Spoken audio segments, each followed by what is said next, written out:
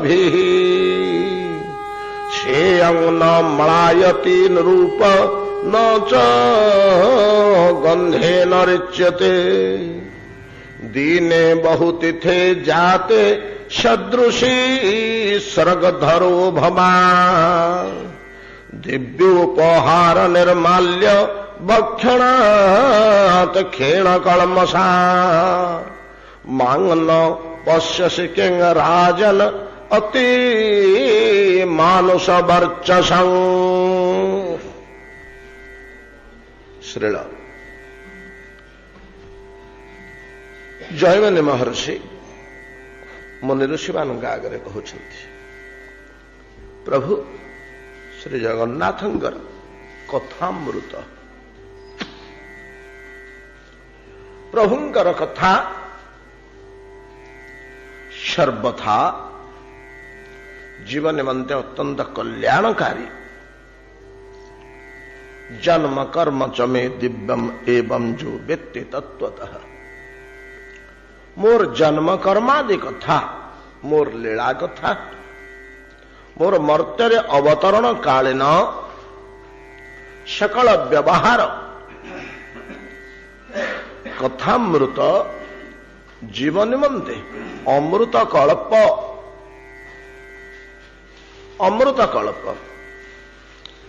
एक कथार प्रथम कार्य हला अंतःकरण रे हरिभक्ति जात करेगा। कथा श्रवणर मुख्य कार्य हला जीवर हृदय रे भगवान को प्रति भक्ति जात करेगा, प्रेम भक्ति जात करेगा, भाव जात करेगा। यह हला कथार कार्य। ए शक्ति भगवत कथारे भरपूर होकर अच्छी। सकल विघ्न दूरीकरण, सकल कलमश विनाशन, सकल कल्याण कारित्व, सकल कामना पूरणत्व इत्यादि गुड़िक गौण कार्य, मुख्य कार्य नुहे कथा श्रवण। एवटा कह हए ना से कथा नुह, हए कामना पूर्ण हब, कलमश भस्मीभूत हब, एसब हब, विघ्न दूर हब, एसब गुड़िक हब। किंतु एगुड़ाक ता काम नुह, एगुड़ाक तार साइड काम गुड़ाक, साइड इफेक्ट। तार मुख्य कार्य कौन? प्रकृत हरिकथामृत कौन क्रिया करे पान करवा व्यक्तिर अंतःकरण रे भगवान प्रति भक्ति जात करे। जो भक्ति को शास्त्र रे सुदुर्लभा बोली कहा जाइए। ज्ञानतः सुलभा मुक्ति भुक्ति जोगतः कर्मतः श्रेयं साधन साहस्रेय हरिभक्ति सुदुर्लभा बोली शास्त्र गोटे सिद्धांत कले। मुनि ऋषि माने बसी ताको लिपिबद्ध करी उद्घोषण करी समाज को छाड़देले। हे मनुष्यगण, ये आम मानकर गभीर विचार पूर्वक अंतिम सिद्धांत। हाँ, ज्ञान द्वारा मुक्ति लाभ हो जाए पारे। ज्ञानतः सुलभा मुक्ति, मुक्ति सेमती गोटे बड़ जिनिष नुहे। ज्ञानाभ्यास कले मुक्ति हो। ज्ञानाभ्यासर अधीन मुक्तिटा, ज्ञानाभ्यासर अधीन वेदोपनिषद प्रभृति ज्ञान संग्रह पूर्वक ब्रह्म विचार कले मुक्ति मिल जाव। बड़ कथा नुहे। श्रम सापेक्ष टिके परिश्रम कले पाइब। ज्ञानतः सुलभा मुक्ति भुक्ति जोगतः कर्मतः। भुक्ति कहले भोग विलास, मुक्ति भुक्ति, भुक्ति भोग विलास, मौज मजलिस, आनंद सुख भोग अवश्य इंद्रियात्मक सर्वचंदन वनितादिक भोग एक भुक्ति कहा जाए, भोग कहा जाए। ये द्वि प्रकार, ये द्विविध ଗୋଟିଏ ହେଉଛି ଭୂ ଭୁବ ସ୍ୱ, ଏ ତିନି ଲୋକରେ ଯୋଉ ଭୋଗ ମିଳେ, ଭୂଲୋକର ଭୋଗ ଆଧିପତ୍ୟ, ପ୍ରଭୁତା, ନିରୋଗତା, ରୂପ ଯୌବନ, ବିଳାସ, ଐଶ୍ୱର୍ଯ୍ୟ, ଧନ ସମ୍ପଦ ଓ ସମସ୍ତଙ୍କର ସମର୍ଥନ ମିଳୁଥିବା ଇତ୍ୟାଦି ଏଗୁଡ଼ିକ ଭୋଗ ବିଳାସ, ମୌଜ ମଜଲିସ ନାନା ପ୍ରକାର ଅଛି, ଆହାର ବିହାର ପ୍ରଭୃତି। ଏଗୁଡ଼ିକ ହେଲା ପାର୍ଥିବ। ଉର୍ଦ୍ଧ୍ୱଲୋକ, ଭୂଲୋକ, ସ୍ୱର୍ଲୋକରେ ମଧ୍ୟ ଏଇଭଳିଆ ଅନେକ ଭୋଗ ବିଳାସ ଅଛି। ଦେବତାମାନଙ୍କର ମନୋହର ରୂପ, ଶୋକ ନାହିଁ, ଦୁଃଖ ନାହିଁ, କ୍ଲେଶ ନାହିଁ, ଆମୟ ନାହିଁ। ଆମୟ ଗଲେ ରୋଗ, ରୋଗ ବ୍ୟାଧି କିଛି ନାହିଁ, ସେଟା ହଏ ନା, ଶୋକ ଦୁଃଖ ହଏ ନା, ବୟସ ବଢେ ନା, ବାର୍ଦ୍ଧକ୍ୟ ଆସେ ନା, ମୃତ୍ୟୁ ନାହିଁ, କେବଳ ଅମୃତ ହିଁ ପାନ କରିବାକୁ ହଏ। ଚିନ୍ମୟ ଦେହ, ଚିନ୍ମୟ ଭୁଲ କହିଲି, ତେଜମୟ ତୈଜସ ଦେହ, ସୁନ୍ଦର ନନ୍ଦନ କାନନରେ ମଣି ବିମାନରେ ବିଚରଣ ପୂର୍ବକ ଅପ୍ସରାମାନଙ୍କ ଦ୍ୱାରା ପରିସେବିତ ହୋଇ ସୋମରସ ପାନ କରିବାର ସୌଭାଗ୍ୟ ଲାଭ କରି ସହସ୍ର ଅପ୍ସରା ମଣ୍ଡଳରେ ବିହାର ଇତ୍ୟାଦି ସ୍ୱର୍ଗୀୟ ସୁଖ। ଇଏ ଗୋଟିଏ କ୍ୟାଟେଗୋରୀର ସୁଖ। ଏସବୁ ଗୋଟିଏ ପ୍ରକାର ସ୍ୱର୍ଗ, ମର୍ତ୍ତ୍ୟ, ମଝିରେ ପିତୃଲୋକ, ଏ ସମସ୍ତ ଭିତରେ ଯୋଉ ସୁଖ ଅଛି, ଇଏ ହେଲା ଗୋଟିଏ ଜାତୀୟ ସୁଖ। ଏତଦ ବ୍ୟତୀତ ତପଲୋକ, ଜନଲୋକ, ମହଲୋକ, ବ୍ରହ୍ମଲୋକ ଲୋକ ଚତୁଷ୍ଟୟରେ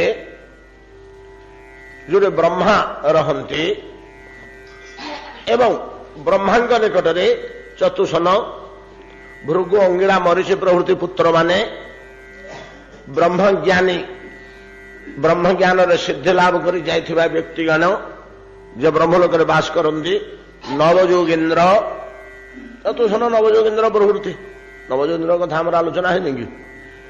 ଏଇଭଳିଆ ଲୋକମାନେ ଜନଲୋକରେ, ତପଲୋକରେ, ବ୍ରହ୍ମଲୋକରେ ଏମାନେ ବିଚରଣ କରନ୍ତି। ସେମାନେ ମଧ୍ୟ ଗୋଟେ ମହାନ ସୁଖଟେ ସେ ଲୋକରେ ଅଛି, ମହାନ ସୁଖଟେ ସେ ଲୋକରେ ଅଛି। ସେ ଗୋଟେ ସବୁବେଳେ ଆନନ୍ଦ ଆନନ୍ଦରେ ଥାନ୍ତି, ତାଙ୍କର ସେଠି ଦୁଃଖ ଫୁଖ ବସେନା, ଦୁଃଖଟା ଇଏ ବସେନା।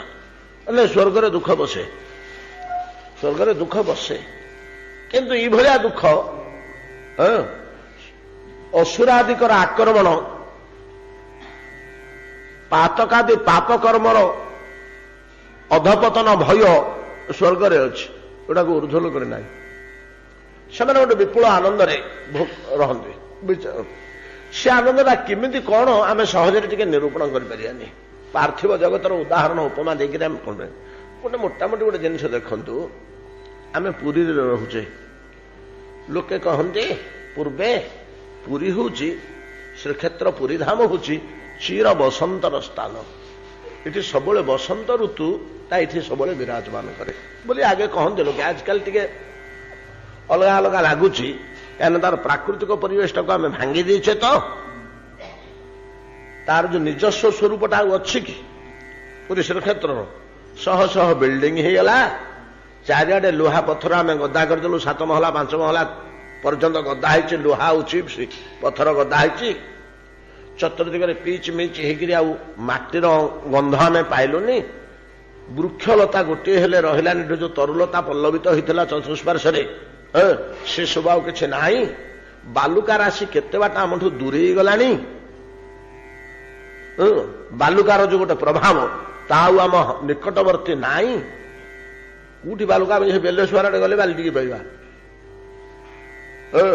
କେ ନହେଲେ ଇଆଡେ ବୋଧେ ଇଆଡେ ତାକୁ କୋଉଠି ହେଲେ ଦୁଶୁନି। ସମୁଦ୍ର କୂଳ ବ୍ୟତିରେକ ଆଉ ଏପଟେ ବହୁ ଦୂରକୁ ବନ୍ଧ, ବାଲି ନାହିଁ। ଏମିତି ସବୁ ହେଇଗଲାଣି ଅବସ୍ଥା।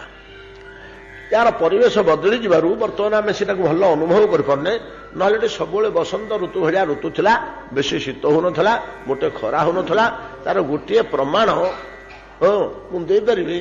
ଆମର ହରିଦାସ ମଠରେ ଥିଲାବେଳେ ମୁଁ ଲକ୍ଷ୍ୟ କରିଛି, ଆମର ଗୋଟେ ଚମ୍ପା ଗଛ ସେଠି ଥାଏ। ମୁଁ ଯୋଉ ରୁମଟିରେ ରହେ, ତା ବାହାର ପଟ ସାଇଡରେ ଝରକା ପାଖକୁ ଲାଗି ଗୋଟେ ଚମ୍ପା ଗଛ ଥାଏ।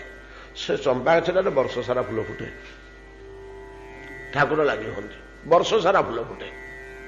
ଚମ୍ପା 2 ଥର ଫୁଟିବ ବର୍ଷରେ, ଗୋଟେ ଥର ବସନ୍ତ ଋତୁରେ ପ୍ରଚୁର କରି ଫୁଟିବ, ଆଉ ଥରେ ବର୍ଷା ଋତୁରେ ଅଳ୍ପ ଫୁଟିବ। ଇଏ ହେଉଛି ଚମ୍ପା ଗଛ। ବର୍ଷା ଋତୁରେ ଅଳ୍ପ ଟିକେ ଫୁଟିବ, ବେଶୀ ନାହିଁ। କିନ୍ତୁ ବସନ୍ତ ଋତୁରେ ଚମ୍ପା ଫୁଲ ଜମା ହେଇଯିବ, ଭର୍ତ୍ତି ହେଇଯିବ, ତାର ଚତୁର୍ଦିଗରେ କଳିକା ବାହାରି ପଡ଼ିବ। ତ ବର୍ଷ ସାରା 10ଟା 25ଟା ତା ଦେହରୁ ଚମ୍ପା ଫୁଲ ବାହାରିବ। ସିଜନରେ ବେଶୀ ଗୁଡ଼େ ହେଇଯିବ। ଆରେ ଚିରବଂଶର ଲକ୍ଷଣ ନୁହଁ। ଆମେ ତ ସବୁବେଳେ ଇଠି ଆମେ ଯୋଉ ସୁଖଟା ଭୋଗ କରୁଛେ,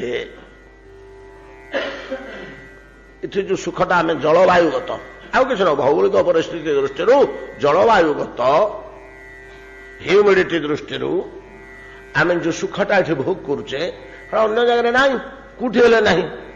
କୋଉଠି ପ୍ରଚଣ୍ଡ ଶୀତ, କୋଉଠି ପ୍ରଚଣ୍ଡ ଖରା, କୋଉଠି ହା ହା ହଉଛନ୍ତି। ରାଜସ୍ଥାନର ଅବସ୍ଥା କଣ, ହରିଦ୍ୱାରର ଅବସ୍ଥା କଣ, ଦାର୍ଜିଲିଂର ଅବସ୍ଥା କଣ, ବରଫପାତ ରାତି ପାଇଲେ କମ୍ପୁଛନ୍ତି। କାଶ୍ମୀରରେ ପେଟ ଭିତରେ ନିଆଁ ପୁରେଇକିରି ଲୋକେ ବୁଲୁଛନ୍ତି, ନାଇଁ କି? 3ଟା 5ଟା କୋଟ ପିନ୍ଧିଥିବେ, ଜର୍ସି ଫର୍ସି ପିନ୍ଧିଥିବେ, ଗୋଟେ ଏଡେ ମାଟି ଘଡ଼ିଟେ ଲାଉ ଭଳିଆ, ତା ମୁହଁଟା ଏମିତି ଲୁଚା ହେଇକି ଥିବ, ସେ ଲାଉ ଆକୃତିର, ତା ବେକଟା ସରୁଆ, ତା ଭିତରେ ନିଆଁ ଟିକେ 4 ଖଣ୍ଡ ଘଷି ପଡିଥିବ,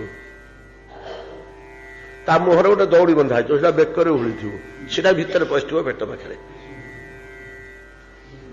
24 ଘଣ୍ଟା ଖାଲି ଶୋଇବା ସମୟଟାରେ ସେଟା ବାହାର କରିଦେବେ। ବାକି ଯେତେ ବୁଲୁଥିବେ ଏଟା ସେ ପେଟ ତଳକୁ ଉଳିକି ଥିବ, ତାପରେ ଲୁଗାପଟା ପିନ୍ଧି ପକେଇଥିବେ, ଦେହଟା ୱାର୍ମ ରହିବ, ସେ ଭିତରଟା ଗରମ ରହିବ, ଘଡ଼ିରେ ନିଆଁ ବସିକରି ରହିଲା। ଏଇଭଳିଆ ଜୀବନ ଯାପନ କରୁଛନ୍ତି। ଆମ ଚିନ୍ତା ଅଛି, ପତଳା ଚଦର ଖଣ୍ଡେ ପକେଇଦେଲେ ଶୀତ କମୁଥିଲା। ଗରମର ଏତେ ଜଣେ ଖଣ୍ଡେ ଫ୍ୟାନ୍ ଥିଲେ ଘରେ ଯଥେଷ୍ଟ, ନହେଲେ ଛାତ ଉପରକୁ ପଳେଇଲେ ବି ଚଳିଗଲା। ଆମେ ଯୋଉଠି ଗୋଟେ ସୁଖ ଭୋଗ କରୁଛେ, ଯଦି ଜଣେ ଲୋକ ବାହାରକୁ ଆମକୁ ପଚାରିଦବ, ଆଉ କଣଟା ତମେ ଅଧିକା ସୁଖ ଭୋଗ କରୁଛ ଯେ, ବୋଇଲେ ଆମେ ବର୍ଣ୍ଣନା କରି କହିବାନି ଏମିତିକା ସୁଖଟା ବୋଲି ତାକୁ ଆମେ ବତେଇ ପାରିବାନି। ଏଠି ଜଳବାୟୁଗତ ଯୋଉ ଗୋଟେ ସୁଖ ଆମର ଆନନ୍ଦଟେ ରହୁଛି, ସେଟା ସେଠି ନାହିଁ। ଏଇଟା ଏମିତି ଗୋଟେ ରୂପ ରଖାଯାଇ ତାକୁ ବର୍ଣ୍ଣନା କରିହବନି। ଯେମିତି ୟାକୁ ଆମେ ବର୍ଣ୍ଣନା କରିବା ଆମ ପାଇଁ ସମ୍ଭବ ହଉନି। ପୁରୀରେ କୋଉଟା ଅଧିକ ସୁଖମ, ଏଇ ବାଇଗଣ ଆଳୁ ତ ନା, ହଁ ଏଇ ଘରଦ୍ୱାର ତ ଇଟା ମାଟି ସିମେଣ୍ଟର ନା, ହଁ ଆଜ୍ଞା ଗାଡି ଘୋଡା ନା, ଏଇଭଳିଆ ପାଣି ପବନ ଏଇଭଳିଆ। ଏଇ ପାଣି ଏଇ ପବନ ଆଉ କଣ ଅଧିକା ଆଉ ଆମେ ପାଉଛୁ? ଦୋକାନ ବଜାର ସେଇଭଳିଆ, ମଣିଷ ଗୁଡାକ ସେଇଭଳିଆ, ଲୁଗାପଟା ଏଇଭଳିଆ, ସବୁଠି ଯାହା ମିଳୁଛି ସେଇଆ। ଆଉ କଣଟା ତମର ଅଧିକା ସୁଖ ୟା ଅପେକ୍ଷା? ସବୁ ତ ସମାନ।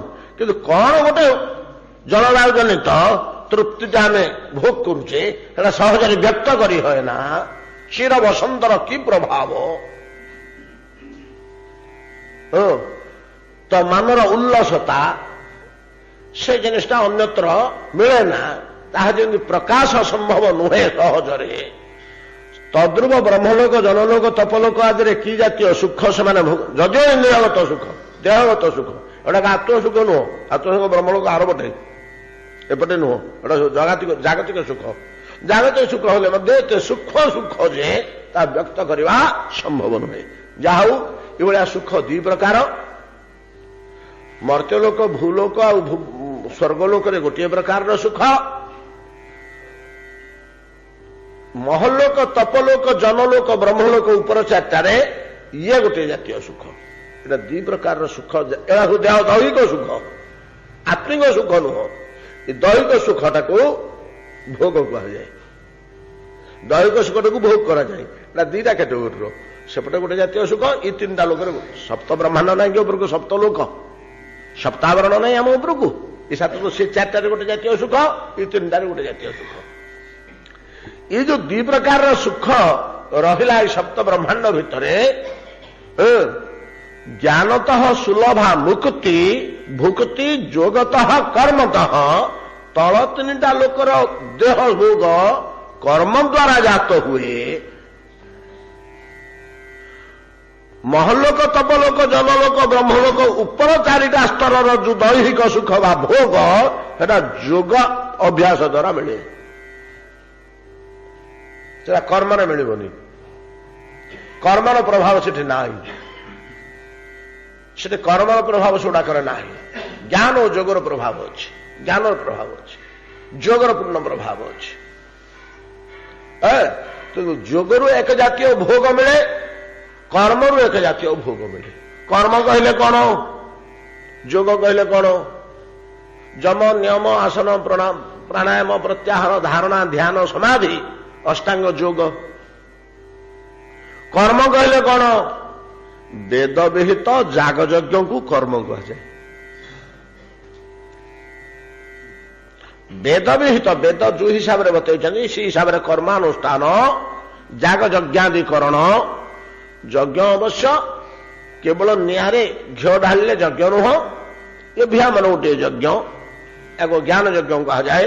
द्रव्य यज्ञ तपो यज्ञ जोग यज्ञ तथा परे स्वाध्याय ज्ञान यज्ञाश्च जतय संसित व्रता।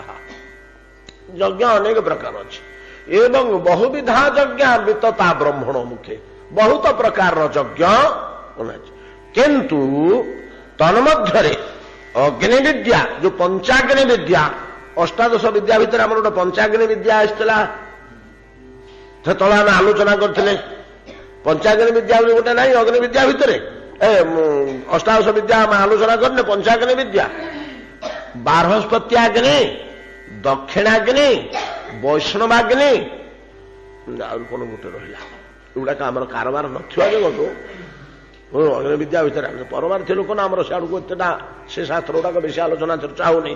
आम भक्ति भक्ति विषय जी आलोचना सियाड़ को एत होनी तेणु मन पड़ुनी से गुड़ाक दईवा तो केतले पढ़ा बेले गोटे हूँ वैष्णवाग्नि गोटे हूँ बारहस्पत्याग्नि आ गोटे कौन कहली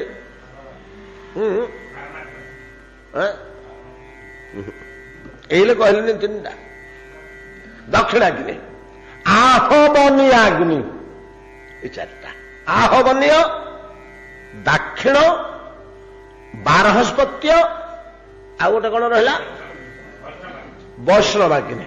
ये चार अग्नि है ता साथ मिसला नाचिकेता अग्नि विद्या। नचिकेता को जम जोटा बतई गोटे नुआ अग्नि विद्या से बतैले। ये पांचटा को पंचाग्नि विद्या कहुए। ये पंचाग्नि विद्या अंतर्गत जतक जागानुष्ठान जाग यज्ञ कर्मानुष्ठान सेगुड़ाक तत्क्षणात फलप्रदायक। कौन फल दिए जाग यज्ञ गुड़ाक कि फल प्रदान कर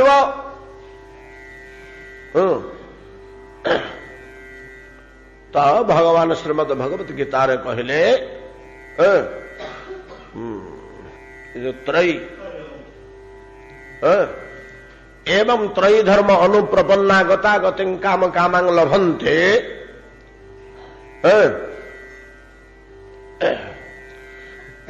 यज्ञ सोम पापूत पापा यज्ञ रिष्टा स्वर्गति प्रार्थयन्ते ते पुण्यमासाद्य सुरेन्द्र लोके असनन्ति भोगान दिव्य देव भोगा असन्ति दिव्यान दिव्य देव भोगान तंग स्वर्ग लोक प्राप्य विशालम क्षीणे पुण्य मर्त्य लोका विसंति एवं त्रयी धर्म अनुप्रपन्ना गता गति काम कामांग लभन्ते। बोले गीता श्रीमद भगवत गीता रे कहले सोम पापूत पापा कर्म द्वारा निर्मल शरीर हो समस्त पाप क्षय करी स्वर्गलोक को जाई स्वर्गति प्रार्थयन्ते ते तम भुक्त्वा स्वर्गलोकं विशालम विशाल स्वर्गलोक भोग करती। ते तम भुक्त्वा कौन भुक्त्वा भोग करती स्वर्गलोकं विशालम कौन सेठी अच्छी हो स्वर्गलोक कौन भोग करती ना दिव्य दिव्य देव भोगान देवता मैंने जहां भोग करते से भोग करे मनुष्य जाकर कर्म द्वारा से पड़े कर्म द्वारा भोगलोक को पड़े पितृलोक को देवलोक को पड़े। तो यज्ञ द्वारा यज्ञ रिष्टा स्वर्गति प्रार्थयन्ते एगुड़ा कहला सब कर्मरु जात भोग एटा है कर्म जात भोग। आ अष्टांग योग साधन द्वारा जो ऐश्वर्य आदि प्राप्त हुंती योगी माने कि ऐश्वर्य प्राप्त हुंती अणिमा लघिमा महिमा प्राकाम्य प्रसिद्धि दूरश्रवण दूरदृष्टि परकाय प्रवेश केते सिद्धि अच्छी सियाड़ू अनेक सिद्धि अच्छी। अणिमा देह टिके अणु भाया छोट करदेव नहीं कि ପିମ୍ପୁଡ଼ି ଗାତ ଭିତରେ ଗୋଟେ ଶତ୍ରୁ ପଶିଗଲା, ସେ ପିମ୍ପୁଡ଼ିଟାକୁ ମୁଁ କାଢ଼େଇବି କେମିତି? ମତେ କାମୁଡ଼ି ଦେଇକିରି ପଳେଇଛି ପିମ୍ପୁଡ଼ିଟା। ଆମେ ତ ଏଡ଼େ ବଡ଼ ମୋଟାରେ ପିମ୍ପୁଡ଼ି ଗାତରେ ପଶିବା କେମିତି? ଯେ ଅଣିବା ସିଦ୍ଧି ପାଇଥିବ ସେ ଦେହଟାକୁ ଛୋଟିଆ କରିଦେବ, ପିମ୍ପୁଡ଼ି ଛୋଟ ଗାତ ଭିତରେ ପଶିଯିବ, ଯାଇକି ଭିଡ଼ି କାଢ଼ିବ ସେ ପିମ୍ପୁଡ଼ିକି। କୁଆଡ଼େ ପଳଉଛି ମତେ କାମୁଡ଼ି ଦେଇକିରି? ଲଘିମା ଯାଉଛେ, ମହାନଦୀ ବଢିଛି, ବୁଡ଼ି ମରିବା, ଏଇ ଭିତରେ ପଶିଲେ ତ ଅସୁବିଧା, ଦେହଟାକୁ ଉଶ୍ୱାସ କରିଦେବ ଫୁଲ ଭଳିଆ, ଶୁଖିଲା ପତ୍ର ଭଳିଆ, ଆଉ ବୁଡ଼ିବନି। ଲଘିମା ଲଘୁ ହେଇଗଲା, ଉଶ୍ୱାସ ହେଇଗଲା, ପଳେଇବ ପାଣି ଉପରେ ଚାଲିକିରି। ମହିମା, ଗରିମା, ପ୍ରାକାମ୍ୟ, ପ୍ରସିଦ୍ଧି, ଦୂରଶ୍ରବଣ। ପୁଅ ବୋହୂ କାଶ୍ମୀରରେ ଅଛନ୍ତି। ବୋହୂ ବିଗିଡ଼ିକିରି ପୁଅ ବିଗିଡ଼ିକିରି ଗୋଟେ ଚିଠି ଲେଖିଛି, ବୋହୂ ତାକୁ ବତେଇ ଦେଇଥିବ ଏଇଠି କାନେଇଲା କଣ କଥା ହଉଛନ୍ତି, ଶୋଇଲା ବେଳକୁ ରାତିରେ ଶୋଇଲା ସବୁ ତାକୁ। ଦୂରଶ୍ରବଣ, ଦୂରଦୃଷ୍ଟି, ଏଇଠି ଥାଇକିରି ହଜାର ହଜାର ମାଇଲ ଦୂରରେ କଣ ହଉଛି ସେଟା ଦୁଶିବ। ଏଟା ସବୁ ଯୋଗରେ ଲାଭ। ଏଗୁଡ଼ା ସାଧାରଣ, ଏଗୁଡ଼ା ବଡ଼ ବଡ଼ ଐଶ୍ୱର୍ଯ୍ୟ ନୁହଁ, ମିରାକଲ ଏଗୁଡ଼ା ବଡ଼ ବଡ଼ ନୁହେଁ। ବିଭୂତି ଏଗୁଡ଼ାକୁ କହନ୍ତି, ଏଗୁଡ଼ା ବଡ଼ ବଡ଼ ନୁହେଁ, ଆଉ ବଡ଼ ବଡ଼ ବିଭୂତି ଅଛି, ସେଗୁଡ଼ାକ ଆମେ ଆଲୋଚନା କରିବା, ଆମ ତାଜୁବ ହେଇଯିବ, ଆଖି ଖୁସି ହେଇଯିବ, ଏଟା ସମ୍ଭବ କି ବୋଲି କହିବ। ଏଗୁଡ଼ିକ ହଉଛି ଅତି ଛୋଟିଆ ପ୍ରାଥମିକ ସ୍ତରରେ ମିଳିଯାଏ। ଅଣିମା, ଲଘିମା, ମହିମା, ପ୍ରାକାମ୍ୟ, ପ୍ରସିଦ୍ଧି, ଦୂରଶ୍ରବଣ, ଦୂରଦୃଷ୍ଟି, ପରକାୟ ପ୍ରବେଶ। ଗୋଟେ ଲୋକଟି ମରିଗଲା ଏ ଗାଁର, ପରକାୟ ପ୍ରବେଶ ସିଦ୍ଧି ଯାହାର ଅଛି, ବସିଛି, ତାର ଗୋଟେ ଇଚ୍ଛା ହେଲା, ତା ନିଜ ଦେହରୁ ବାହାରିଲା, ସେ ମଲା ଲୋକ ଦେହରେ ପଶିଗଲା। ଅଧା ବାଟ ତାକୁ ନେଇଛନ୍ତି ଭାରତ ସେବାଶ୍ରମ ପାଖରେ, ସେ କୁକି ଉପରୁ ଉଠିଲା, ଆଉ ଚଣ୍ଡାଳେ ମତେ କୁଆଡେ ବୋହିନୁ, ତ ମୁଁ ଜିଇଁଛି।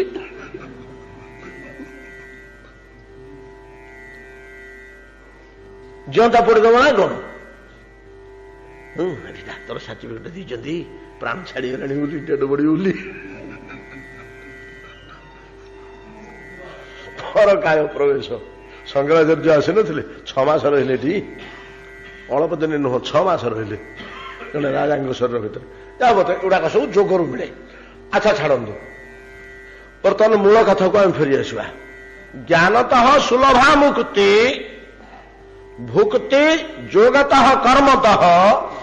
ଭୋଗ ଦୁଇ ପ୍ରକାରର, କର୍ମରୁ ଗୋଟେ ପ୍ରକାରର ଭୋଗ ଜାତ ହୁଏ, ଯୋଗରୁ ଗୋଟେ ପ୍ରକାରର ଭୋଗ ଜାତ ହୁଏ। ବୁଝିହେଲାନି ଏଥର? ଭୁକ୍ତି ଯୋଗତଃ କର୍ମ, ଏଗୁଡା ସବୁ ମିଳିଯିବ, କିନ୍ତୁ ଏଗୁଡାକ ସବୁ ସୁଲଭା। ମିଳୁଛି ତ, କର୍ମ ଦ୍ୱାରା ଭୋଗ ମିଳିଗଲା, ଯୋଗ ଦ୍ୱାରା ଭୋଗ ମିଳିଗଲା, ଜ୍ଞାନ ଦ୍ୱାରା ମୁକ୍ତି ମିଳିଗଲା। ଭକ୍ତି କେମିତି ମିଳିବ? ନାରୀ ବାବୁ, ଭକ୍ତି ମିଳିବାକୁ କିଛି ଉପାୟ ନାହିଁ କି ବାଟ ନାହିଁ। ଜ୍ଞାନର ଅଧୀନ ମୁକ୍ତି, କର୍ମର ଯୋଗର ଅଧୀନ ଭୁକ୍ତି। ନାଇକି ଭକ୍ତି କାହାର ଅଧୀନ? କାହାର ଅଧୀନ ନୁହେଁ। ହରିଭକ୍ତି କାହାର ଅଧୀନ ନୁହେଁ, କାହାରି ଅଧୀନ ନୁହେଁ ହରିଭକ୍ତି। ଗୋସାଇଁଜୀ ରାମଚରିତମାନସରେ ଗୋଟେ ସୁନ୍ଦର ପଦଟିଏ ଲେଖିଲେ, ଭକ୍ତି ସ୍ୱତନ୍ତ୍ର सकल सुख खानी बिनु सत्संग न पावहि प्राणी। भक्ति स्वतंत्र सकल सुख खानी बिनु सत्संग न पावहि प्राणी। भक्ति स्वतंत्र काहारी अधीन नुहे। सकल सुखर भंडार हरिभक्ति काहारी अधीन नुहे, से स्वतंत्र पराधीन नुहे। मुक्ति जो भलिया ज्ञानर अधीन, भोग जेपरी कर्मर अधीन, जोगर अधीन, भक्ति तद्रूप काहार अधीन नुहे। केमती कार अधीन नुहे? ये गोसाई लिखिले परा, बिनु सत्संग न पावहि प्राणी। सत्संग मिले बोलिक भक्ति जात हुए बोली इले पर आम आलोचना करुले। हरि कथामृत श्रवण द्वारा भक्ति जात है, सेटा मुख्य जिनिस बोली नहीं, अधीन नुहे। गुड़ाक कथा शुणीदे जो भक्ति हो, सत्संग करदे जो भक्ति हो, से कथा बसा करनी जो भक्ति जात हो एमती सिद्धांत नुहे। एमती ज्ञान होगले मुक्ति होगला, कर्म होगले भोग होगला, भुक्ति होगला, सत्संग कर भक्ति मिल ସତ୍ସଙ୍ଗରେ କୁହା ହେଲା ହଁ ସତ୍ସଙ୍ଗରେ ହରିକଥା ଶ୍ରବଣରେ ଭକ୍ତି ଜାତ ହୁଏ, କିନ୍ତୁ ଅନିର୍ବାର୍ଯ୍ୟ କି ତାର ଅଧୀନ ରୁହେ। ଆଉ ତାହେଲେ ସତ୍ସଙ୍ଗ କାହିଁ କରିବୁ? ପାତ୍ର ନିର୍ମାଣ ପାଇଁ। କାଳେ କେତେବେଳେ ଭକ୍ତି ମିଳିଯିବ ବୋଲି ଆମେ ପାତ୍ରଟି ରେଡି କରି ରଖିଥିଲେ ତ। କଣ୍ଟ୍ରୋଲ ଦୋକାନକୁ କେରୋସିନ ଆଣିବାକୁ ଯିବା, ଯାଇକିରି ପହଞ୍ଚିଲେ, ହଁ ଆଜ୍ଞା 5 ଲିଟର କିରୋସିନ ଦେବେ କି ମତେ? କି ଲିଟର କିରୋସିନ ଦେବେ? ହଁ ଡିବା ଆଣୁଛୁ? ନାଇଁ ମୁଁ ତ ପଚାରିନଥିଲି। ଡିବା ତାହେଲେ ନେବ କେମିତି? ଖାଲିକି ଆସୁ, ଡିବାଟା ତ ନାହିଁ, ଆଉ ସେ ଦବାକୁ ରାଜି ହେଲେ କଣ ହବ? ଡିବାଟା ଥିବା ଦରକାର। ବୋତଲଟା ନଥିଲେ କେମିତି କିରୋସିନ ଆଣିବ? ଡିବା ନଥିବାରୁ ଫେରେଇଦେଲା। ଭଗବାନ ଯଦି କେତେବେଳେ ଭକ୍ତି ଦେବାକୁ ଚାହିଁବେ, ଭଗବାନ ଦିଅନ୍ତି କି କିଏ ଦେବ? ଭଗବାନ ମଧ୍ୟ କୁଣ୍ଠିତ ହୁଅନ୍ତି ଭକ୍ତି ଦେବାକୁ। କୋଉ ବାଟରୁ ମିଳେ ସେଟା ହେଲା, କିଏ ଦିଏ ସେଟା ଅଲଗା କଥା। ଦବାକୁ ସେ ଚାହିଁଲା ବେଳକୁ ଆମ ପାଖରେ ଯୋଉ ପାତ୍ର ନଥିବ ବୋଲି ଆମେ ଫେରି ଆସିବାକୁ ବାଧ୍ୟ ହବା। ସେ ଦଉଛନ୍ତି, ଆମେ ନେଇପାରିଲେନି। ଏ ପାତ୍ରଟା ସତ୍ସଙ୍ଗରେ ତିଆରି ହୁଏ। କଣ ବୁଝିପାରିଲେ କି? ଏ ପାତ୍ରତ୍ୱ ଭକ୍ତି ଲାଭ କରିବା ପାଇଁ, ଭକ୍ତି ସଂଗ୍ରହ କରିବା ପାଇଁ, ଭକ୍ତି ଗ୍ରହଣ କରିବା ପାଇଁ ଯୋଉ ପାତ୍ରଟି ଆବଶ୍ୟକ, ଡିଲରଠୁ କିରୋସିନ ନେବା ପାଇଁ ଯୋଉ ଡିବାଟି ଆବଶ୍ୟକ, ସେଇଟା ସତ୍ସଙ୍ଗରେ ହରିକଥା ଶ୍ରବଣରେ ତିଆରି ହବ। ସେଟା ଭକ୍ତି ମିଳିଯିବ ସେମିତି ନୁହଁ। ବିନୁ ସତସଙ୍ଗନ ପ୍ରାବହି ପ୍ରାଣୀ ବୋଲିକରି କହିଲେ, ପାତ୍ର ନଥିଲେ ହବନି। ପାତ୍ରଟା ଥିଲେ ଯେ ସେ ନିଶ୍ଚୟ ଦବ। ତାର ଦିନ ଆମେ ଯାଇ ମତେ କାଲି କହିଥିଲୁ ଡିବା ଆଣିବୁ ବୋଲିକି, ମୁଁ ଡିବା ଧରିକିରି ଆସିଛି, ଦେ ମତେ 2 ଲିଟର ଆଜି। ନା ରହମ, ଆଉ ଅଛି, କାଲିଠୁ ତ ସବୁ ସରିଗଲାଣି, ଆଉ ଥରେ କୋଟା ଆସିଲେ ଦେବି, ପରଦିନ ଆସିବ, ଯା।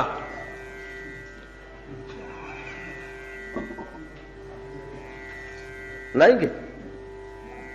ତେଣୁ ଡିବା ହେଇଗଲେ, ସତ୍ସଙ୍ଗ ହେଇଗଲେ, ପାତ୍ରତ୍ୱ ପାଇଗଲେ ଯେ ମଧ୍ୟ ଭକ୍ତି ନିଶ୍ଚିତ ମିଳିଯିବ। ଏ ସମସ୍ତ କାରଣରୁ ନିର୍ଣ୍ଣୟ କରି କହୁଛନ୍ତି ହରିଭକ୍ତି ସୁଦୁର୍ଲଭା। ତେବେ ପାତ୍ରଟା ତ ତିଆରି କରି ରଖିବା।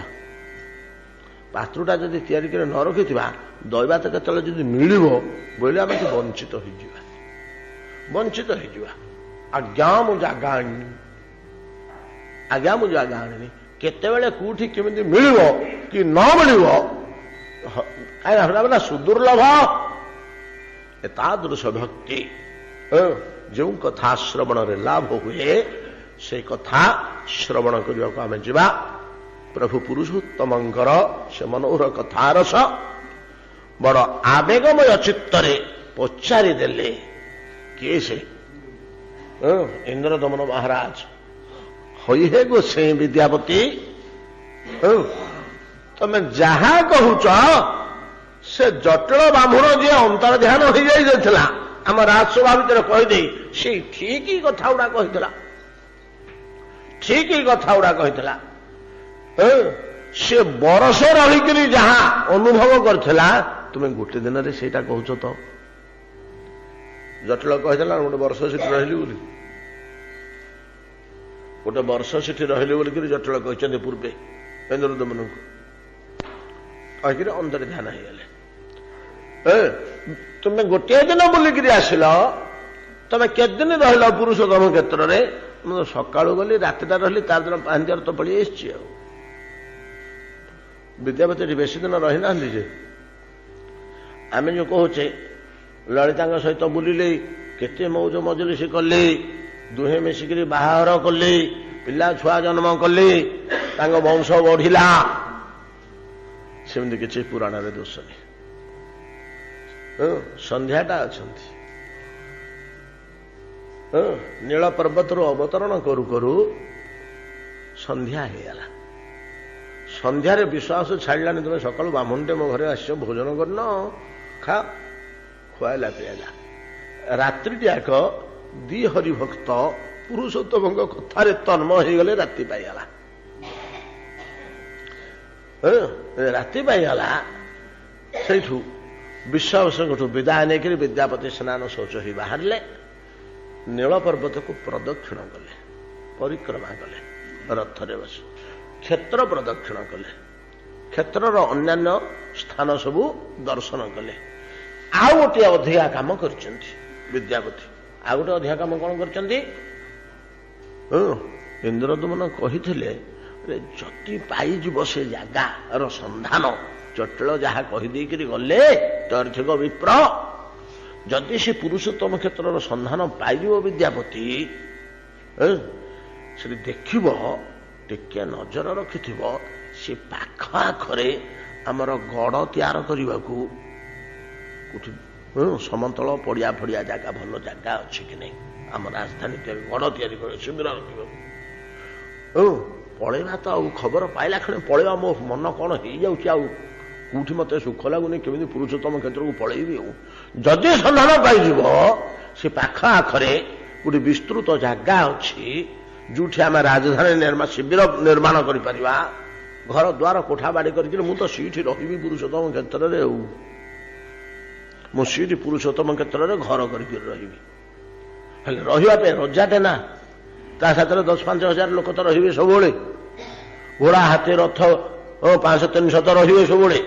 ତାର ରାଜକୀୟ ଢାଞ୍ଚାରେ ତ ସେ ଛୋଟ ଏରିଆ ହେଲେ ତ ହବନି। ବେଦାନ୍ତକୁ ଯେମିତିକା 500-700 ଏକର ଦରକାର ହଉଛି ନା, 1000 କେତେ ଲାଗୁଛି, ତ ଭାରି ଚର୍ଚ୍ଚା ହଉଛି ବେଦାନ୍ତର ଏଇକ୍ଷଣି। ଇନ୍ଦ୍ରଦମନ ରାଜା ଆସିକରି ତାଙ୍କର କ୍ୟାମ୍ପଟା ଏଠି ଯେ କରିବେ, ଶେଷ ଜୀବନ ପର୍ଯ୍ୟନ୍ତ ଗୋଟେ ସ୍ଥାୟୀ ବାସ କରିବାକୁ ସେ ନିର୍ଣ୍ଣୟ କରିଛନ୍ତି।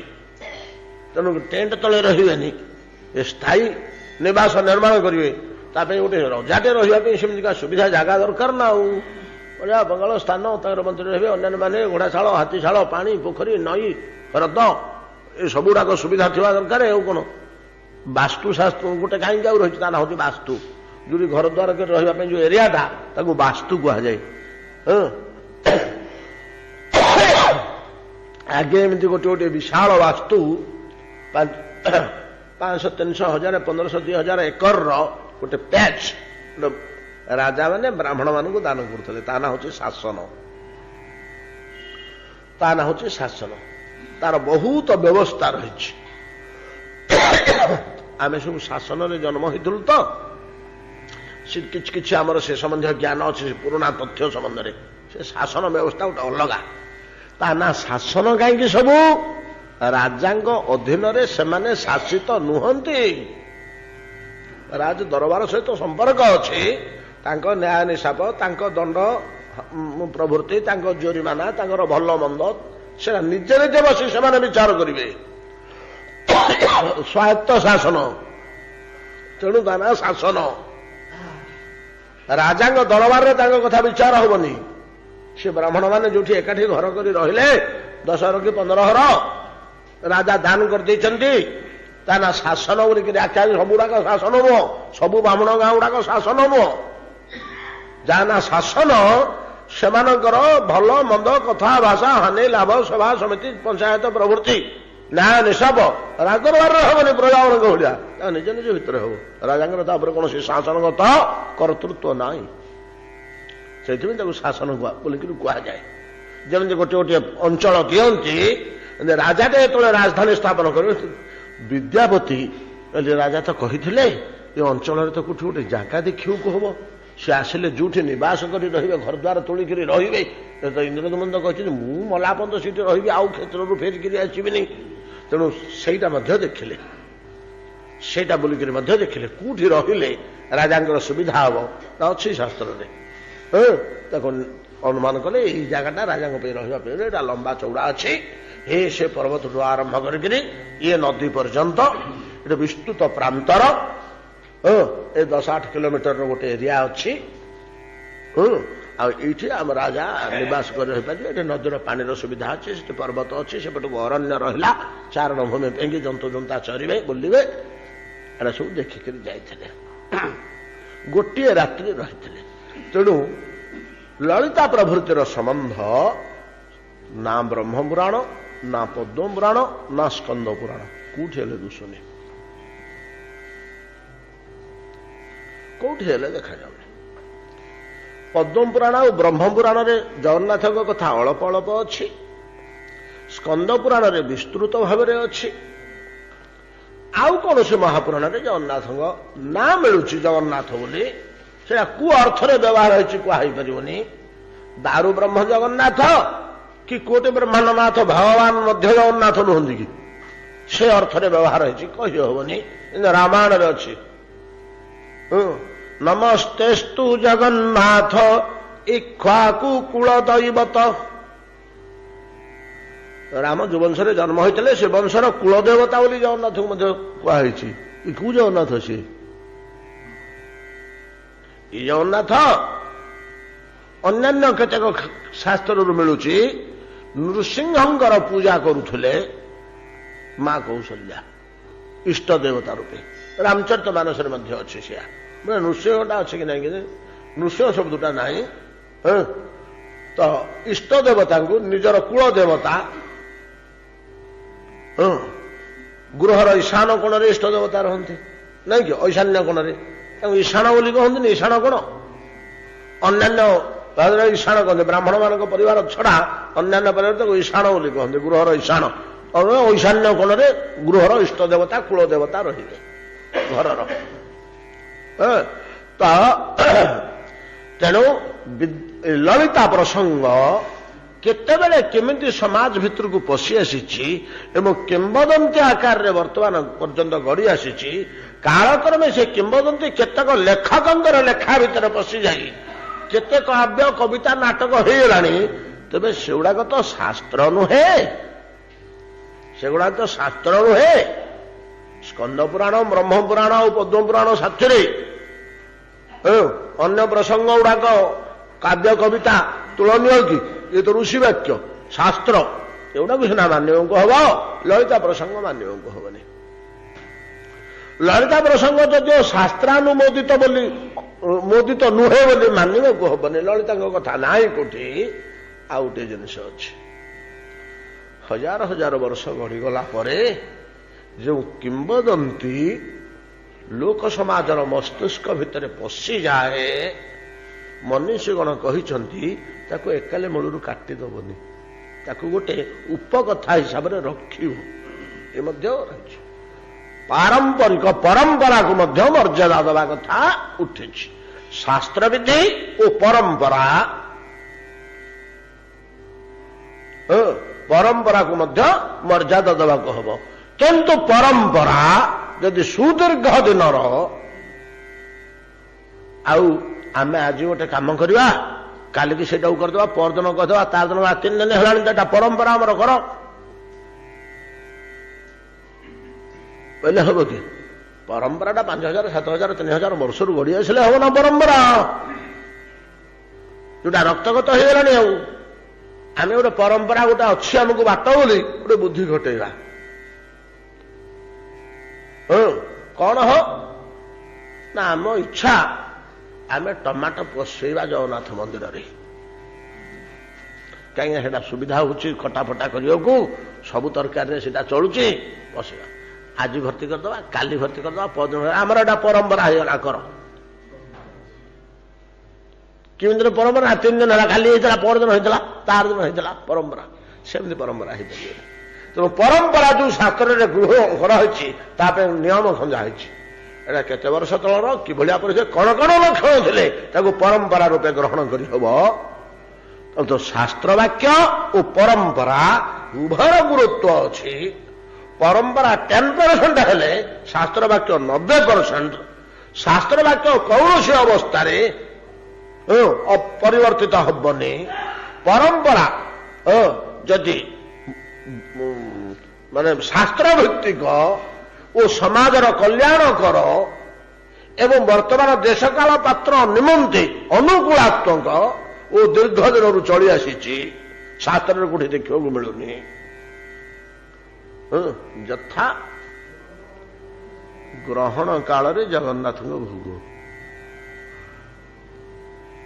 ବର୍ତ୍ତମାନ ଗ୍ରହଣ କାଳରେ ଯୋଉ ଜଗନ୍ନାଥଙ୍କ ଭୋଗ ହଉଛି, ଗ୍ରହଣ ଭୋଗ,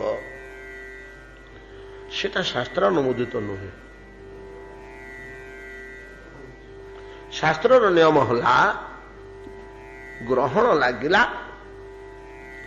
ଗ୍ରହଣ ଲାଗିଲାର 12 ଘଣ୍ଟା ପୂର୍ବରୁ ହାଣ୍ଡି ଛାଡ଼।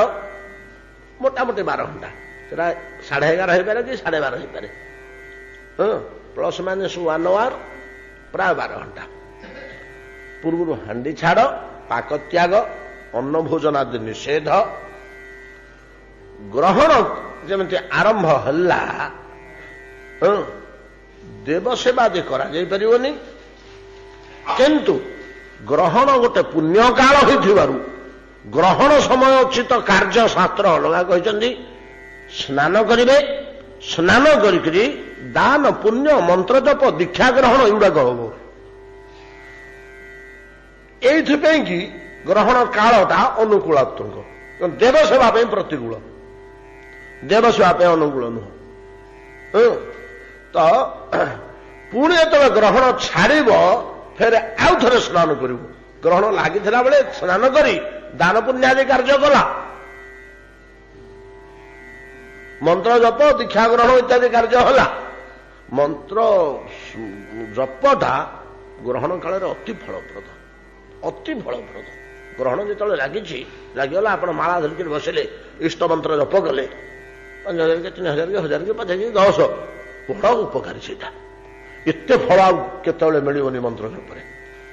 ହେଲେ ସ୍ନାନ କରି ତ ବସିବେ ସ୍ନାନ ଶୌଚ ହେଇକିରି, ହେଲେ ମଧ୍ୟ ଗ୍ରହଣ ଛାଡ଼ିଲା ପରେ ଆଉ ଥରେ ସ୍ନାନ କରିବାକୁ ହଉ। ଗ୍ରହଣ କାଳୀନ ସ୍ନାନଟା ଦାନ ପୁଣ୍ୟ ଯୋଉ କଲେ ସେଇଟା ଯଥେଷ୍ଟ ନୁହଁ ଆପଣଙ୍କୁ ଶୁଦ୍ଧ କରିବା ପାଇଁ। ମୋକ୍ଷ ପରେ, ସର୍ବମୋକ୍ଷ ପରେ ଆଉ ଥରେ ସ୍ନାନ କରିବେ। ଆଉ ଥରେ ସ୍ନାନ କରି ଦେବ ମନ୍ଦିର ଭିତରେ ବସିକିରି ଭୋଗରାଗ କରିବେ, ପୂଜା ଅର୍ଚ୍ଚନା କରିବେ। କିନ୍ତୁ ଜଗନ୍ନାଥଙ୍କ ମନ୍ଦିରରେ ଏ ନିୟମ ଓଲଟା। ଏ ନିୟମ ଓଲଟା କେମିତି? ଗ୍ରହଣ ଯେମିତି ଲାଗିବ, ପାକତ୍ୟାଗ ହେଇଛି, ପାକତ୍ୟାଗଟାକୁ ଠିକ ମାନୁଛନ୍ତି, 11 ଘଣ୍ଟା କି 12 ଘଣ୍ଟା ପୂର୍ବରଟା। ଯେମିତି ଗ୍ରହଣ ଲାଗିବ ସାଙ୍ଗେ ସାଙ୍ଗେ ଦେବସେବା ଆରମ୍ଭ ହବ, ଠାକୁର ନୀତି ଆରମ୍ଭ ହବ, ରୋଷେଇବାସ ହବ, ଦିଅ ଗାଧେଇବେ, ବେଶ ହେବେ। ଗ୍ରହଣ ଯଦି 5 ଘଣ୍ଟା ଲାଗିଲା, ଏ 5 ଘଣ୍ଟା ଆଗ କାମ ଚାଲେ, ଭୋଗ ମଧ୍ୟ ହବ। ଜାଣିଲେ ଗ୍ରହଣଟା 5 ଘଣ୍ଟା ରହିଲା। ଏଠି ଦୀର୍ଘ ଗ୍ରହଣ ସିନା ପଡ଼ିନି କେବେ ଆମ ଜୀବନରେ, ଯଦି କେତେବେଳେ ପଡ଼ିଗଲା 5 ଘଣ୍ଟା ଭିତରେ ରୋଷେଇ ବି ସରିଗଲା, ଭୋଗ ବି ଲାଗିଯିବ, ବାହାରି ପଡ଼ିବ। ଆପଣ ଭୋଜନ ବି କରିପାରିବେ। ଭୋଜନଟା ଆମେ କରିପାରିବା କି ନାହିଁ ସେଇଟା ବିଚାର, ଶାସ୍ତ୍ର ଦେଖିବାକୁ ହବ, କହିହେବନି। ଦେବସେବା ହେଇପାରିବ, ଏଇଟା ଜଗନ୍ନାଥଙ୍କ ନିୟମ। ଅନ୍ୟ ନିୟମରେ ଦ୍ୱାର ଫିଟିବନି। ଶାସ୍ତ୍ର ନିୟମରେ ଜଗନ୍ନାଥଙ୍କ ନିୟମ ଛଡ଼ା ଅନ୍ୟାନ୍ୟ ଶାସ୍ତ୍ର ନିୟମ ଅନୁସାରେ, ସନାତନ ଶାସ୍ତ୍ର ଅନୁସାରେ ଦ୍ୱାର ଫିଟିବାକୁ ହବନି। ଜଗନ୍ନାଥଙ୍କର ଗ୍ରହଣ ଲାଗିଲା କ୍ଷଣି ଚଳିବ। ଜଗନ୍ନାଥଙ୍କର ଇ ପାରମ୍ପରିକ ନିୟମଟା ଏଇଟା ମୁଁ ଭାବୁଛି ଆଜିକାଲିର ନୁହଁ, ଏଇଟା 100-150 ବର୍ଷ ତଳର ନୁହଁ, ଏଇଟା ବହୁ କାଳ। ତାର କାରଣ ମୁଁ ନିଜେ ଭୁକ୍ତଭୋଗୀ। କେତେ ଦୂରରେ ରହିଲାଣି ଆମ ଘର, ଜନ୍ମସ୍ଥାନ ବାଣପୁର, ଖଲିକୋଟ, ଶାସନ ଅଛି ଆମର। ଏଇ ଶାସନ ମାନଙ୍କରୁ ରାଜାମାନେ ନେଇଯାଇଛନ୍ତି, ସେଠି ଶାସନ ବସତି ତିଆରି କରିଛନ୍ତି। ଏଇ ନିୟମଟା ଆମ ଘର ମାନଙ୍କରେ ଚଳୁଛି। ମୁଁ 8-9 ବର୍ଷ ବୟସରେ ଯେତେବେଳେ ବ୍ରତ ହେଇଗଲି, ଶୀତ ଦିନ ରାତି ଅଧରେ ଯେତେବେଳେ ପଡ଼ିଯିବ ଗ୍ରହଣ ଫ୍ରହଣ, ଚନ୍ଦ୍ରଗ୍ରହଣ, ଗୋସା ବାବୁଢା ଶୀତକୁ ଡରିକିରି ଉଠିବେନି କମ୍ବଳ ତଳୁ, ମତେ ପାଟି କରିବା ଗାଧେଇକିରି ଦିଅ ବସେଇଦେରେ, ଗ୍ରହଣ ଲାଗିଲାନି, ଉଠୁ ଯା। ଶୀତରେ ଥରିକିରି ମୁଁ ରାତି ଅଧରେ ଉଠିକିରି ଗାଧେଇକିରି ଦିଅ ବସେଇ ଶାଳଗ୍ରାମ, ଗ୍ରହଣ ଲାଗିଥିଲା ବେଳେ, ଏଟା ମୋର ମନେ ଅଛି। ଗ୍ରହଣ ଲାଗିଲେ ଦିଅ ବସିବେ, ଆମେ ଗାଧେଇକିରି ଶାଳଗ୍ରାମ ସେବା କରୁ। ଗ୍ରହଣ ଛାଡ଼ିବାକୁ 2 ଘଣ୍ଟା କି 3 ଘଣ୍ଟା ଲାଗିବ, ଆଉ ଠାକୁର ସେବାଟା ତ ଗାଧେଇକିରି ଯିବାକୁ 1 କି 45 ମିନିଟ୍ ଲାଗିବ। ଆଉ କଣ ଶୀତ ରାତିରେ ଥରିକିରି ମୁଁ ସେତେବେଳେ ବିଗିଡ଼େ, ବୁଢ଼ାମାନେ ନିଶ୍ଚନ୍ଦରେ ଶୋଇବେ, ମୁଁ ଆମେ ଉଠିକିରି ଶୀତରେ ଧରିକିରି ଶାଳଗ୍ରାମ ସେବା କରିବୁ ରାତି ଅଧରେ। ତେଣୁ ମୋର ମନେ ଅଛି ଏଇଟା। ଏବଂ ଗ୍ରାମ ମନ୍ଦିରରେ ଶାସନ ତ, ଶାସନରେ ଠାକୁରାଣୀ ମନ୍ଦିର ଅଛି, ଶିବ ମନ୍ଦିର ଅଛି। ମାଳି ପଣ୍ଡାମାନେ ମୁଁ ଲକ୍ଷ୍ୟ କରିଛି, ଯିଏ ସେବକ ଅଛନ୍ତି, ଯେମିତି ଗ୍ରହଣ ଲାଗିଯିବ ସାଙ୍ଗେ ସାଙ୍ଗେ ପିତ୍ତଳ ଧରିକିରି ବାହାରନ୍ତି ଭୋଗ ବସେଇବାକୁ। ଗ୍ରହଣ ଲାଗିବ 3 ଘଣ୍ଟା କି 2.5 ଘଣ୍ଟା, କିନ୍ତୁ ସେମାନେ ଭୋଗରାଗ ହେଇକିରି ସେବା। ହେଲେ ଜଗନ୍ନାଥଙ୍କ ନିୟମ ଆମ ଶାସନ ମାନଙ୍କରେ ଏବେ ବି ଚଳୁଛି, ଆମ ଘର ମାନଙ୍କରେ। ହେଲେ ଯୋଉଟା ଜଗନ୍ନାଥଙ୍କ ନିୟମକୁ ନେଇକରି ସମସ୍ତ ବ୍ରାହ୍ମଣ ଶାସନ ପୁରୀର, ଓଡ଼ିଶାର, ଯେତେବେଳେ ସେ ନିୟମରେ ଆମର ପଡ଼ିଯାଇଛି ଧାରାରେ, ଏଇଟା ଆଜିକାଲିର ପରମ୍ପରା ନୁହେଁ, ବହୁଦିନ ତଳର ବୋଲି ଅନୁଭବ ହୁଏ। ଏଇଭଳିଆ ପରମ୍ପରା ଗୁଡାକୁ ପରିତ୍ୟାଗ କରିହବ ନାହିଁ। କାହିଁକି ନା ବହୁ ବିଚାର କରି ଦେଶକୂଳ ଅନୁସାରେ କରୁଛୁ। ଆମେ ଆଜି ଜଗନ୍ନାଥଙ୍କ କଥା ଆଉ ପକେଇବାନି କି, ସମୟ ତ ହେଇଗଲାଣି। କୁଆଡୁ କୁଆଡୁ ଆଡେ କଥା ବଳି ଆସିଲା। ତ ବିଦ୍ୟାପତି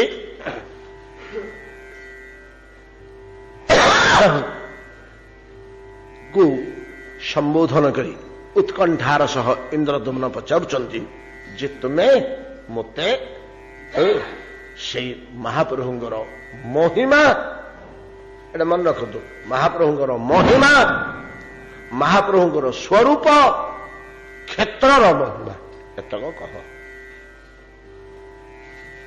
ତମେ କଣ ଦେଖି ଆସିଲ? ତାଙ୍କ ଅଙ୍ଗ ପ୍ରତ୍ୟଙ୍ଗ କେମିତି ଦେଖିବାକୁ, କେତେ ହାତ, କେତେ ଗୋଡ, କେତେ ମୁହଁ, କୋଉଠି ବସିଛନ୍ତି, କୁଆଡକୁ ମୁହଁ କରିଛନ୍ତି, ଗୋଜିଆ ନାକ କି ମାଖୁନା ନାକ, ତାକୁ ସବୁ ବୁଝେଇକିରି କହ। ଏବଂ ଦିଅଙ୍ଗର ମହିମା କଣ ସେଇଟା କହ। ଏବଂ ଯୋଉ ତୀର୍ଥ କ୍ଷେତ୍ର, ପୁରୁଷୋତ୍ତମ କ୍ଷେତ୍ର, ତାର ଆୟତନ, ଆୟାମ ବିସ୍ତାର ସହ ତାର ମହିମା ମଧ୍ୟ କହ। ତ ବିଦ୍ୟାପତି କହିଲେ, ମହାରାଜ ଇନ୍ଦ୍ରଦମ୍ନ, ହନ୍ତ ତେ କଥୟିଷ୍ୟାମି। ହନ୍ତ ବଡ଼ ଆନନ୍ଦିତ ହେଇଗଲେ, ପ୍ରଫୁଲ୍ଲିତ ଚିତ୍ତରେ, ଓହୋ ଯାହା ଦର୍ଶନ କରିକିରି ଆସିଲି, ତାକୁ ପୁଣି କୀର୍ତ୍ତନ କରିବାର ସୌଭାଗ୍ୟ ମତେ ମିଳିଗଲା। ନାଇଁ କି? ହରିକଥା କୀର୍ତ୍ତନ କଣ ସାଧାରଣ ଜିନିଷ କି? ହରିକଥା କୀର୍ତ୍ତନ କମ ଫଳପ୍ରଦାୟକ ନୁହେଁ, କମ ପୁଣ୍ୟକର ନୁହେଁ। ଆଦ୍ୟ ପ୍ରାନ୍ତେ ଚ ମଧ୍ୟେ ଚ ହରି ସର୍ବତ୍ର ଗୀୟତେ। ଯୋଉ କୌଣସି କାମ କଲେ ମଧ୍ୟ ଭଗବାନଙ୍କ କଥା ତା ମୂଳରେ ଥାଉ, ମଝିରେ ଥାଉ, ଶେଷରେ ଥାଉ। ଆଦ୍ୟ ପ୍ରାନ୍ତେ ଚ ମଧ୍ୟେ ଚ, ଯେଉଁ କଥା ରସ ହରି କଥାରୁ ଚ୍ୟୁତ ହୋଇଗଲା ତାହା ଜୀବ ନିମନ୍ତେ କ୍ଷତିକାରକ। ଗୋସାଇଁଜୀ ରାମଚରିତ ମାନସରେ ବହୁତ କହିଛନ୍ତି, ନାଇଁ କି? ବଡ ବଡ କବି କାଳିଦାସ, ବାଣଭଟ୍ଟ, ଭବଭୂତି ତାଙ୍କର ଯୋଉ କାବ୍ୟ, ସେ ହରିକଥା ବର୍ଜିତ ନା ଆଉ ଜାଗତିକ କାବ୍ୟ ରସ। ଜାଗତିକ କାବ୍ୟ ରସ ଭିତରେ ଭଗବାନଙ୍କ କଥା ଚର୍ଚ୍ଚା ହେଇଛି କି? ଉପେନ୍ଦ୍ର ଭଞ୍ଜଙ୍କର ଲାବଣ୍ୟବତୀ କାବ୍ୟ, ଭଗବାନଙ୍କ କଥା କାହିଁ? କିନ୍ତୁ ବୈଦେଶ ବ୍ୟାସରେ ଭଗବାନଙ୍କ କଥା ରହିଲା, ରାମଙ୍କର କଥା ରହିଲା। ଲାବଣ୍ୟବତୀ କାବ୍ୟ, କୋଟି ବାହନ ସୁନ୍ଦରୀ କାବ୍ୟରେ କୋଉଠୁ ରହିଲା? କାଦମ୍ବରୀ କାବ୍ୟରେ ଭଗବାନଙ୍କ କଥା କୋଉଠୁ ଆସିବ? ଶକୁନ୍ତଳ ଉପାଖ୍ୟାନମ କାଳିଦାସଙ୍କର କୋଉଠୁ ଆସିବ? ବେଣୀ ସଂହାର କାବ୍ୟରେ କୋଉଠୁ ଆସିବ? ଭଗବାନଙ୍କ କଥା ନାହିଁ। ଆଉ କାବ୍ୟଟା ଲେଖିଛନ୍ତି କଣଟି? ଯୋଉଟା ମେଘଦୂତ, ଋତୁସଂହାର, ଏସବୁ କାଳିଦାସଙ୍କର କାବ୍ୟ, ଉଚ୍ଚ କୋଟିର କାବ୍ୟ, ମାନେ ବିଶ୍ୱବିଖ୍ୟାତ କାବ୍ୟ। ବିଶ୍ୱକୁ ସ୍ପର୍ଶ କଲା ଭଳିଆ, ବିଶ୍ୱ ମାନବ ହୃଦୟକୁ ସ୍ପର୍ଶ କଲା ଭଳିଆ କାବ୍ୟ। କିନ୍ତୁ ଭଗବାନଙ୍କ କଥା କାହିଁ ସେଥିରେ? ଗୋସାଇଁଜୀ ରାମଚରିତ ମାନସରେ ବଡ ସୁନ୍ଦର କଥା ଗୋଟେ କହିଛନ୍ତି ଯେ ଯଦି ହରିକଥା ଚ୍ୟୁତ ହେଇଗଲା, ପ୍ରାଣ ନଥିବା ସୁନ୍ଦରୀ ସ୍ତ୍ରୀଟେ ସିଏ।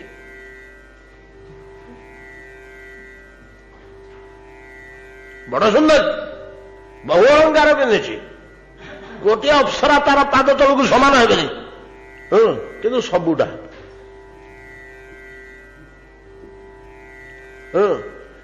ଡାକିଲେ ହଁ କରିବନି, କି ମୁହଁ ଟେକିରି ଆଖି ଖୋଲିକିରି ଚାହିଁବନି, ମୃତଟା। ଯେପରି ତଦ୍ରୂପ ଭଗବତ କଥା ବିହୀନ କାବ୍ୟ, ତଦ୍ରୂପ ପ୍ରାଣହୀନ ହରିକଥା ଯଦି ରହିଲା କଥା ପ୍ରସଙ୍ଗ ଭିତରେ, ଆପଣ ଯାହା ଆଲୋଚନା କରୁଛନ୍ତି କରନ୍ତୁ, ଭଗବାନଙ୍କ କଥା ପଶିଯାଇଛି, ପ୍ରାଣ ସଞ୍ଚାର ହେଇଯାଇଛି, ଜୀବନ ନିମନ୍ତେ କଲ୍ୟାଣକାରୀ। ଏତାଦୃଶ ଭଗବତ କଥା, ଆମମାନେ ପ୍ରଭୁଙ୍କ କଥା ଆସନ୍ତାକାଲି ଆଲୋଚନା କରିବା। ତ ହେଇଗଲା 7:30, ୟାଡୁ